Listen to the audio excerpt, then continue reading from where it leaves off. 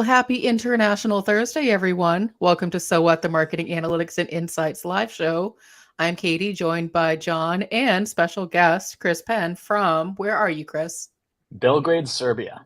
Wow. And what time is it in Serbia right now? Just turned 6 o'clock at Si- night. Wow. I would be asleep already. I personally cannot handle any kind of time change in an elegant fashion. Like I crash immediately. So, kudos to you for still being awake and mostly coherent. Eh. On today's episode, we are covering content marketing, subscription versus advertising models.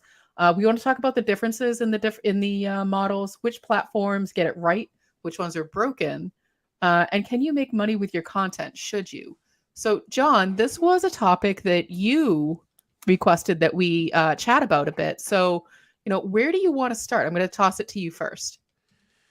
Yeah, there's a lot of stuff on this front. I mean, this was really the impetus is what's going on Twitter, right? We're watching probably the largest ever possible transition from advertising-based content to subscription-based content, right? There's talk now of people paying to get in, and we can, there's all kinds of things to be said about, they're not going all the way. It's a partial offer. There's still going to be a free tier and all this kind of stuff. But it does give us a great opportunity to talk about all the different methods to dig into this and how, when you're publishing and getting content out there, how do you get paid for it? Do you get paid for it? What works? And it's funny, it goes all the way back to 2005. I was at the Portable Media Expo. This was, years ago. And they were first talking about blogging and podcasting and the ways to monetize this stuff. And they had Leo Laporte, this guy who does This Week in Tech, was talking about, he basically came on and just said, like, content should be free all the time. It was the classic, like, the internet is going to be all good all the time and all free. And everybody cheered. And then after he gave his 40-minute keynote, the next up on stage was Jason Calacanis, the guy who he actually spun up a bunch of tech blogs and got them sold to AOL, made a ton of money, became a VC. And he stood up and said, look, there's 5 ways to monetize your content. He made no, he was like, the free thing is a joke. You have to jump in and figure out how you're going to pay for this stuff. And so the lead to are advertising and subscribers, right? I mean, that's where the models we see most often, what gets done. After that, there's things like licensing and affiliate links, or basically getting acquired, like cashing out because someone wants your audience. Those were, 5 paths to go down, and the ways to get the money flowing behind it. So yeah, there's a bunch of ways we can go from there. I mean, do you guys want to do some opening comments for just what you think about this stuff or where you're at? Well, I would say let's take a step back first and sort of talk through like what is a subscription model and what is an advertising model and what's an example of each. And so, John, as you're talking about Twitter, for example, Twitter makes its money through advertisers. And right now, and so you can pay for the Twitter Blue. And with the new leadership, they are asking that people now start to subscribe to a verification check mark, which kind of takes away the whole verification part of it. So Twitter is looking to sort of migrate away from strictly an advertising model to more of a subscription model. So what are some other examples, John, that you were thinking as we were talking about advertising and subscription? And, Chris, please chime in with your thoughts here too. The big thing with advertising, there's so much that goes into the fact that, the idea is to just generate traffic, right? People are paying money to get traffic. And so there's no incentive for the platform to really do a serious job on moderating fraudulent accounts and accounts that are just designed to create traffic, because they never want to go back to the advertiser and say, oh yeah, we ran the bots out of town and now the audience is only 70% of what it used to be. Because all of the advertisers have to go back to their management and show, every quarter the number of clicks is going up, the traffic is continuing to improve. Now, you can argue over the long run that keeping the neighborhood clean is important to do, because ad results, ultimately you will have less purchasing over the long run. But the problem is so many companies are on the quarterly treadmill that they just, they kind of just, as long as the numbers are going up to the right for clicks and users, that's enough for them to keep management happy and stay around, at least, and now that's why the average CMO retention is 18 months, because eventually that just runs out and dies. So yeah, you kind of have this weird pyramid of, there are companies that are advertising just, hey, come click and get to our content and see our thing. But then you have advertisers that are up there to drive traffic to landing pages that are just filled with a bunch of AdWords related stuff that's just driving traffic and they're getting paid on. I'm not going to say it's outright fraud, but it's kind of just this whole pyramid scheme of junky clicks and traffic. And everybody sees this. Like when you go to Twitter, what's the third post you see? It's that one of like some weird celebrity thing, here's what these married couples did or whatever. And it goes to these pages where there's like 20 billion ads. And, they're just sitting there. And as you're scrolling, the ads just keep loading and loading and loading. And the cash register is ringing for somewhere. And, the neighborhood is a dump. So that's kind of the advertising hell you fall into. At the other side of it, subscribers is so pure, it's ridiculous, right? It's the people that pay the money get the content, and that's it. You know where the money's coming from. But, it can't be all good news. The bad news is you have the public television model of 99.9% of the people aren't willing to open up their purse, and you've got, 0.1% of the audience actually funding the thing. And for most networks, that's not enough for it to survive. So, and there's a whole nother rat hole we can go down into now as far as like, okay, so what kind of content do you get with those models? What are you encouraging to get published? And you can argue that, public television does have great quality stuff, right? You never have junky infomercials on public television. Like that doesn't happen. The cost gets paid other ways, and that's how it runs. So yeah, that's the rant that was brewing. I have to take a breath and let you guys throw back at that. Well, I will say two things. Number one, I do love a good John enough. And number two, I love and live for those junky infomercials. So I will never give them up. Chris, what are your thoughts on subscription versus advertising content models? Introducing new Slapshop. No, I'm just kidding. I do love a Slapshop. Exactly. I think John boiled it down really easy. You can either sell your stuff or sell other people's stuff. Those are your two revenue models, right? And selling other people's stuff is usually ads, usually sponsorships, things like that. Very straightforward. Selling your stuff, there's a few different avenues that we see successful creators doing. One is subscription, right? Patreon, OnlyFans, Gumroad, Substack, you name it. So there's all these different ways to basically get people enrolled in a monthly recurring revenue setup of some kind. And the other thing is selling your products, right? So in our case, for example, Trust Insights has our Google Analytics 4 course, which you can get at trustinsights.ai/GA4 course. There's our infomercial. And at that point, what you're doing is you're basically building an audience, and kind of at the end of the day, we're all collecting attention, and attention is kind of like a spotlight and goes in the general direction that we try to shine it in.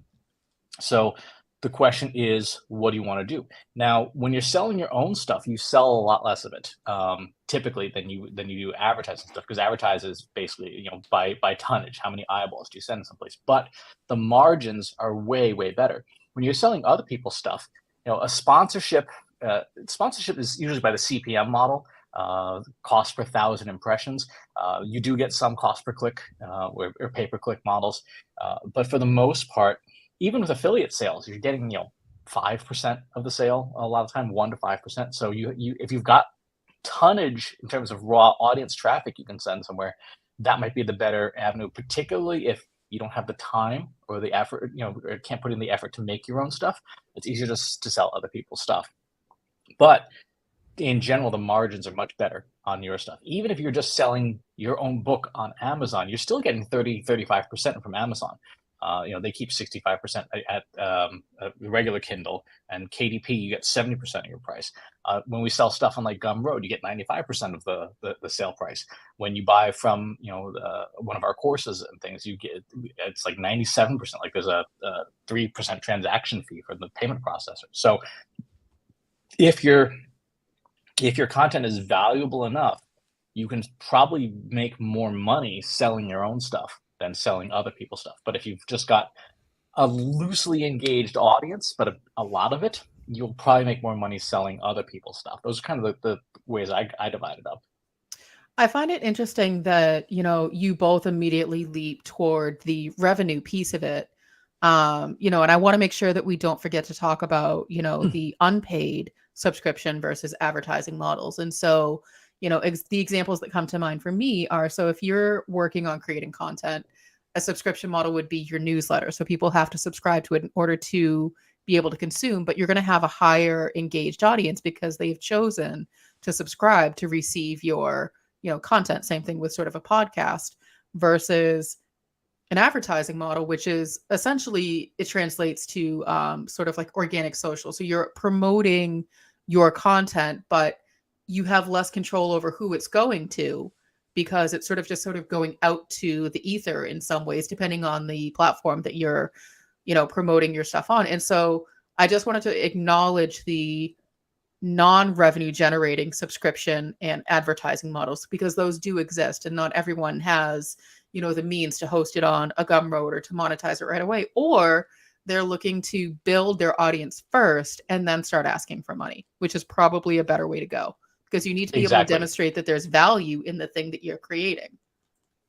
Exactly. You eventually want you want to initially attract the audience, get the attention that you can then put that somewhere. So it's not that it's non-revenue generating; it's just deferred revenue, I guess would be a good way of putting it. A lot of creators, for example, on Twitch, they do live streams, kind of like we are right now, and then they get people into their Discord. They get people maybe into their Patreon, but they get people to follow them on Instagram and Twitter and stuff like that. And then there's these whole series of funnels. Okay, let's get somebody into the Discord. Let's get somebody onto Instagram, and then you get them into, maybe they have an OnlyFans. You set up the free tier, like here's the free content just to get you subscribed, or the free tier of Substack just to get you subscribed. And then in that, there's the upsells to say, okay, now that you're reading the free version of this, upgrade to the paid one. So Avinash Kaushik does this with his newsletter. Every fourth issue is free, and then the other three are paid. And so the fourth issue comes in, he's like, hey, upgrade to the premium model here. Which works if you see value in the content that he's creating. So John, which platforms do you think are getting it right and which ones are missing the mark? Yeah, well, like I said, we've got this huge transition with Twitter, so we're going to see where this goes. The kind of conventional wisdom is that Facebook has just done so much throttling and choking of the feed that there's not much there anymore. And you see the same thing on Instagram. And I know some of the numbers that we've run in the past show them actually loosening some things up because they've just tightened it so much down that they have to go. And I'm obviously, and I have to, as a disclaimer, say, we are Marketing Over Coffee is sponsored by LinkedIn. So we do a lot of work with LinkedIn. But the LinkedIn having a premium tier keeps out a ton of the spam, right? You don't see the same amount of just garbage on the spammy feed, and people paying for higher levels of content and higher access to be able to send messages.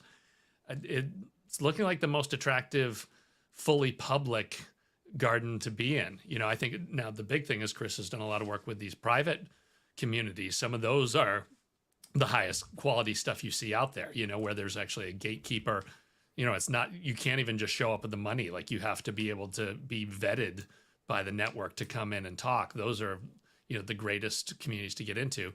But yeah, LinkedIn. And then I don't know, it just seems like TikTok is just a dumpster fire waiting to happen. You see more and more governments talking about, look, there was just a post this morning I saw with the UK talking about how all the personal data is going straight to China, and what is that going to mean and where they're going to go.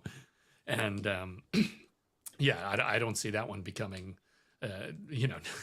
that not becoming part of public education anytime soon, but we'll see where that goes. So yeah, that's where I'm, kind of putting the time and effort into the channels where I feel like it's at least you're going to get the right return. It's the right kind of audience.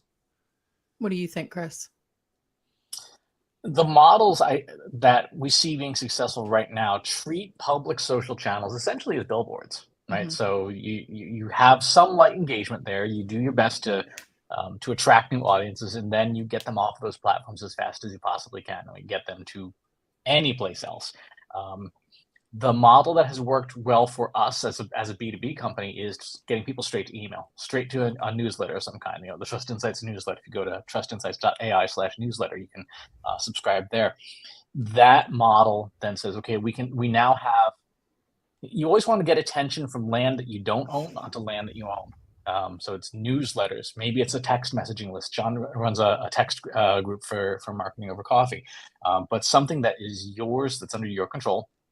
And then from there, you can figure out, which folks are going to be active, which folks could potentially be monetized, which folks could be brought on as ambassadors. Like there's such strong participants that they're essentially almost like unpaid employees. Like in the analytics for marketers Slack, there's a couple of folks, Hannah and Todd. They comment all the time, and in good ways and useful ways. They're not just talking to the sound of hear the sound of their own voices, but they are by far the most active people in that community.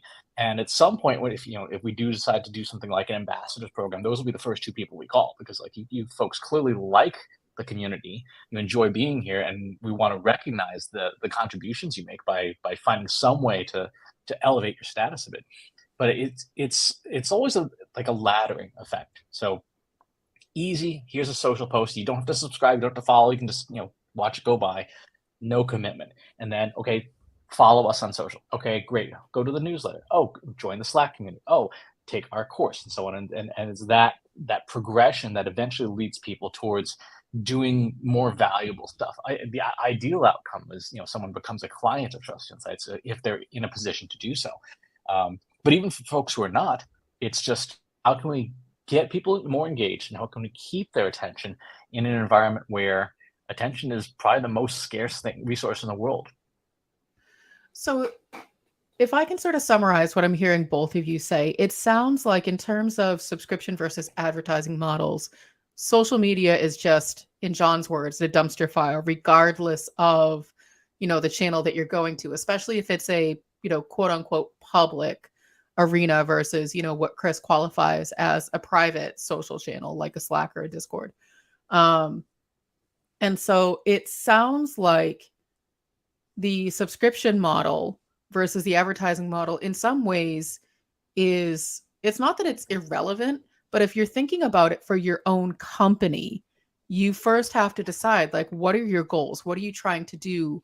What kind of an audience you're trying to bring in? And Chris, to your point, you need to be prepared for a bit of that customer journey in terms of, where are they first finding it out about you? Awareness. That could be those social channels, but you're sort of like, that's the risk of who are you going to bring in.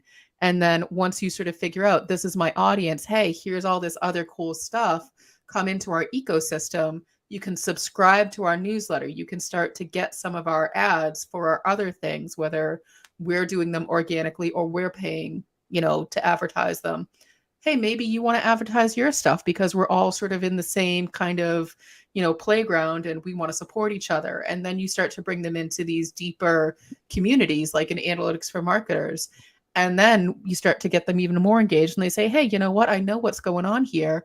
I think I want to hire Trust Insights to help me out. And so, with content marketing, it's always you're trying to play the long game if you're not going for the hard sell. And it sounds like that's what I'm hearing you say, Chris. And John, I think what I'm hearing you say is that, social media is a dumpster fire. Well, the insane thing is, so now you're talking about a marketing and content channel, yet that's the way billions of people get their news. The system that's manipulated and tweaked by the market, and as Chris is always saying, somebody else's algorithm, determining what you get. This is how people are trying to figure out what's going on also throughout the rest of the world. And you just see a bunch of stuff now with Elon Musk coming in at Twitter and engaging with Stephen King and AOC and all these people. There's a lot of questions being asked about, okay, does the news belong on this channel versus commerce, and how do we get people in? So yeah, it's a hell of a mess. And I do have to give a shout out to Mike too. He yelled from Wisconsin that he's on board, so I have to say hello to him. Thanks for joining us. But yeah, it is. These are interesting times, that's for sure. Jay Bear said something very interesting in one of his newsletters. Our friend Jay said that we live now in a post-factual world, a world where opinion and emotion matter more than facts. To the point where you can give somebody facts and they don't care because they have their opinion. The silver lining to that fairly dark cloud is that if you have the loyalty of your audience, and stuff, it becomes very difficult for someone to dislodge that. The only person who can really cost you your audience nowadays, because of that deep-seated connection and belief, is you, right? So if you've done a good job of attracting people into whatever platform you're on, and they're all in, you stand a good chance of holding on to them unless the thing that brought them to you changes dramatically. As you were talking, Katie, I was thinking through your framework, the 5 Ps, which fits this stuff very nicely. What's the purpose of what you're trying to do? Is it you want to make money right away? Are you trying to build a brand? Things like that. How quickly can you scale? It depends on how many people, resources you have.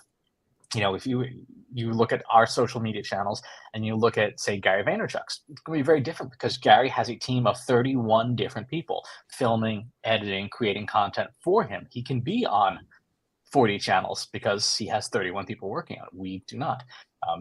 The process is that laddering up, it essentially ladders to different types of value, and then that dictates the platforms you're going to be on. Maybe, for some people, they might actually do better on Patreon than, say, Gumroad.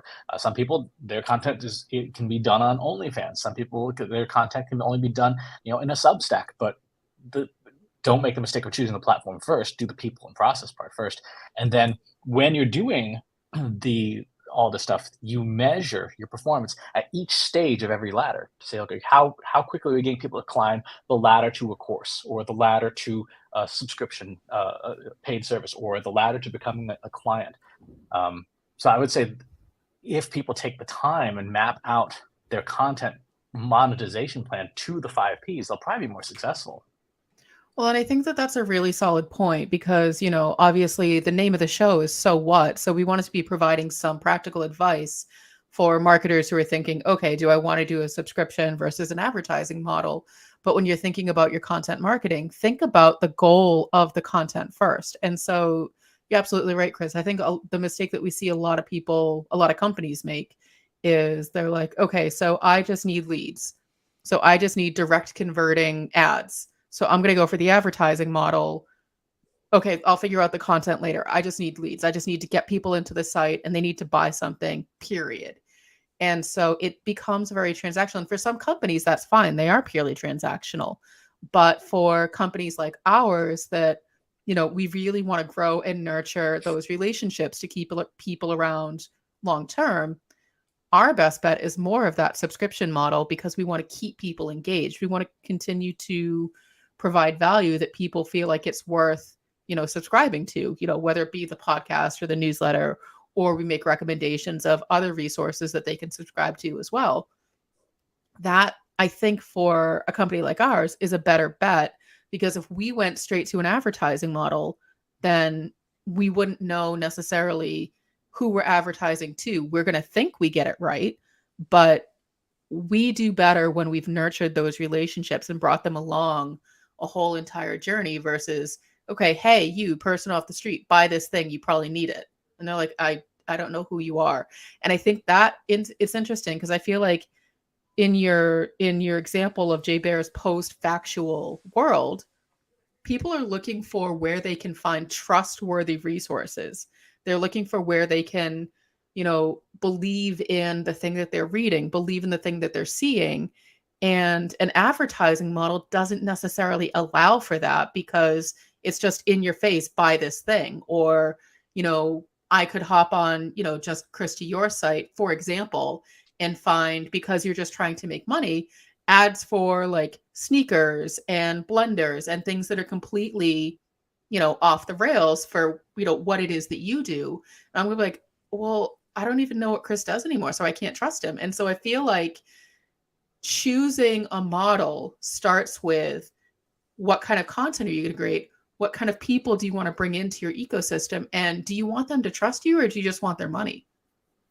I would agree with you and argue that the transactional model is going to work less and less well over time as people become more emotionally invested in things, right? We talked about this on the podcast not too long ago about identity marketing. And you see this, I mean, we saw this a lot the last 6 years in politics, where specific companies and brands became affiliated with certain voices, and sold really well because of those voices, and other brands did not. There was Mhm. a study done not too long ago showing that when brands did take a social stand on an issue, they lost 30ish% of their audience because their audience counter believed, but the was made up for by the other side more than doubling their purchases.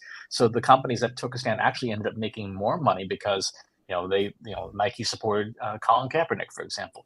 So the transactional, let's just let people buy things and not build that relationship, seems like a risky bet to take Mhm. these days. You are better off figuring out the emotional content of your brand and then figuring out which monetization channel, because you can do advertising as long as the advertisers are emotionally aligned with your audience. So I feel like that this is a really good opportunity, John, to highlight marketing over coffee, for example. So you and Chris have been hosting and producing marketing over coffee for a number of 15 years. 15 275 years. years. But you have built that trusted relationship with your subscriber base, over the course of 15 years. They know what they're getting when they're tuning in to marketing over coffee. And so you're at the point where when you make a recommendation, people trust that the recommendation that you're making is a good one or a valid one or aligns with, your personal or professional goals or views. And so the advertisers that you then bring in, and I know that you vet them, John, align with the mission of marketing over coffee. You're not and you've actually brought me advertisers to help you vet when it's sort of more in my wheelhouse to say, is this junk? Would this be a bad advertiser? And we have passed on a couple because it didn't make sense for the mission of a marketing over coffee that has a long-standing trusted relationship with its subscriber base. Thoughts, comments, reactions? Yeah, it's strange in that space because it's not like, a television show could just advertise anything and they don't care, what the brand is, because it doesn't really matter. Whereas we spend so much of the content is talking about the tools that we've bought and the things that we're using in our daily business that, yeah, we feel like we would actually be harming our audience if we were to endorse something that we know is actually not up to snuff with the other things that we use.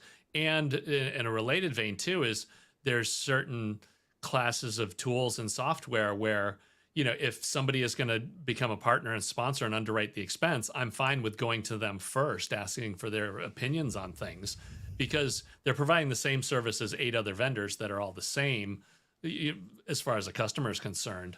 But the ones that are willing to take the time to support our community and help educate the community, well, then I'm going to give them the first shot. Mhm. So, but yeah, no, everything you said is right in the wheelhouse for that. It's kind of, we've created this community of people that are interested in marketing and tech and just trying to make it work. And over the years, we've shared, tips and tricks about how we just get things done and how people have failed spectacularly. Those kinds of stories are always huge too. And so it becomes a virtuous circle of, brands now realize that if they want access to that audience, instead of building their own podcast and starting out with their house list who they're already talking to, they can get in front of 10, 14,000 new people that they hadn't had a chance to talk to, and if our content aligns with what they're doing. So yeah, it is a poster child of kind of how it can work for everybody involved. It's like we win, the advertisers and the listeners all benefit from an advertising model. We're going to need to increase our rates for marketing over coffee, and I say that not jokingly, because again, one of the things that is changing rapidly in the next couple of years, Katie, you have a talk coming up on this soon, is that privacy regulations are going to make it harder and harder to do advertising-based targeting. So if you're saying I want to advertise to senior marketers, well, Mhm. you can work on ever shrinking ad parameters. You can say, you know what, I'm just going to buy a sponsorship to the community where I know it already exists and I don't have to build it again. So creators, um, brand outlets and things, and influencers are going to be 3 of the ways that companies will be able to do that. And so when it comes to monetizing your content, I would expect if you are a successful creator that's currently able to earn some money now, in the next few years, that's going to increase substantially. And the hardest part for you will be figuring out how much to charge for it. Mhm. Yeah. I think that you're absolutely right. And, it is interesting, when we're talking about this subscription versus advertising model for content, you know, the more we talk about it, the more I am, very much convinced that the advertising model it isn't going to work at all. You need to have a subscription model, especially if you're in B2B. You have to bring people in, you have to keep them engaged, you have to provide value, especially as we think about, what's going on in the economy. People are going to be really risk adverse, and they're not just going to randomly pluck a company out of obscurity and say, okay, here's $50,000. I don't know who you are, so go ahead and do something. Cool. That's not going to happen. People don't have that kind of money. They don't have that kind of, um, they can't tolerate that kind of risk. And so if you haven't been all along creating content that they're like, okay, I know who John Wall is. He's the host and producer of Marketing Over Coffee. I know what he has to say. I have a marketing problem. I'll bet John would have a really good recommendation and or could solve my problem. Same thing with Trust Insights. I feel like you are not setting yourself up for success when we start to hit, things like recessions or pandemics, when people are looking for who they trust, who they've been on the journey with the whole time. And so I've never been a big fan of advertising. It's just not my jam. I feel like there's a lot of disingenuous ads that are out there that are sort of masking the real thing. So I'm always been in favor of a subscription model, because you've demonstrated that you have value to give to someone that's, they want it every single week. They want it every day. They want it on a regular cadence. They've subscribed to it. There's another issue with advertising too, and this has to do with the media landscape. It used to be, because we had homogenous sort of media outlets, 3 television stations, 1 newspaper, 2 radio stations, pretty straightforward, that you could make a general ad, and because it was the general population, the general ad would probably land. As what we're seeing with the media landscape is this explosion of miniature channels, and we talk about that a lot with private social communities, where your Slack instance or your Discord server, even though that's one service, is a million communities, each one that's sort of its own special little snowflake. You can't run an ad to every single community and have an ad go to an LGBTQ community and a gun owners community and an artist community and a tech bros community, and expect that ad to do well across them if it's the exact same generic content. Your advertising, as media fragments, your advertising has to fragment as well, to say, I'm going to make an ad specifically for this community. That's one of the reasons why Tom Webster over at Sounds Profitable was talking about this in a recent issue of their newsletter, saying that host-read podcast ads perform like 3x better than if they just hand you a 30-second spot, because we tune those out. But when it's the person that you trust reading it out loud, they go, okay, this is it has that emotional resonance. So if you are going to go the advertising route as a brand, you are going to have to create many, many, many more versions of your ads. You can't just make the 30-second spot and roll it out. They only works at the Super Bowl. And if you are the community or the owner of the outlet, the publication, then part of your responsibility will be helping, if you do want to take advertisers, helping those advertisers craft a message that resonates with your community. If you want to see it done badly, look at the ads that are on Reddit. People trying to advertise to specific subreddits, attempting to do the memes from those Reddits and just failing miserably. Every single one, like, oh, I wish I had done that. Yeah, that's funny. Reddit, there's such a dividing line. The people that think that Twitter gets ugly and rough have not spent any time over on Reddit. That's just painfully obvious, because if you think things are bad and mean on Twitter, go spend a day and a half over on Reddit and watch the beatings ensue. It's totally a different level of thing. So I think what we're coming down to is, what we haven't talked about, but I feel like is sort of obvious, is like, none of this matters if you're producing crappy content that isn't going to resonate with your audience. And so you need to start there. You need to know who your audience is. You need to know, so for example, if you're going to go on Reddit, you need to know who's on there and what would work for them before you can even think about advertising to them. And so you need to really do that research to understand who they are, what they care about. Chris, to your point about, having the emotional side of things, not just, here's one ad that's going to serve the general population, it's going to fail spectacularly because people want that personalized experience. It's what they expect. It's what, technology has trained us to, expect for every single time we open up anything. Despite the fact that we don't want to give our data, we still expect personalization. And so that's now the challenge for marketers of how do you personalize without having the data? That's a whole other episode. But how do you create value? You start to understand just in broad strokes, even who your audience is, what they care about, create that content and give them an opportunity to subscribe to something. It's sort of the same, argument of gated versus ungated content. Subscribe to it, advertise it. At the end of the day, you need to be creating something that is of value to your audience. And then you can ask them for more. You can ask them to engage more. You can ask them to pay for it. But until you're creating good content, it doesn't matter. Exactly. So, John, final thoughts, final rants? Well, yeah. So I have like an old school radio Paul Harvey wrap up for this. So, we started talking about Jason Calacanis and creating content and how that gets supported and what gets done. Well, now fast forward 10 years, he's become a VC. He invests in Uber, makes a boatload of money, finds a guy who is starting a new electric car business and actually makes payroll for him a couple times when they were having trouble hitting the line. And Jason is now on this team that's over at Twitter helping out with this, trying to get it up and going and transfer to subscription. So, he's a guy who's been doing this for decades, and now we're going to see if he can actually make this happen. So, yeah, we can see where it's going to go. It's going to be an interesting couple months, that's for sure. Chris, final thoughts from Belgrade? Living in the future is fun. No, you're right to say that good content matters. Having a connection to your community matters. Realizing that you have a community.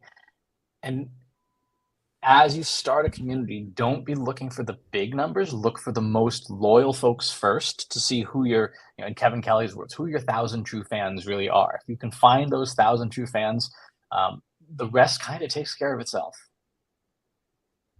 I agree with that. Don't create crappy content. All right, folks, I guess we will see you all next week. Thanks for watching today. Be sure to subscribe to our show wherever you're watching it. For more resources and to learn more, check out the Trust Insights podcast at trustinsights.ai/TI podcast and our weekly email newsletter at trustinsights.ai/newsletter. Got questions about what you saw in today's episode? Join our free Analytics for Marketers Slack group at trustinsights.ai/analytics for marketers. See you next time.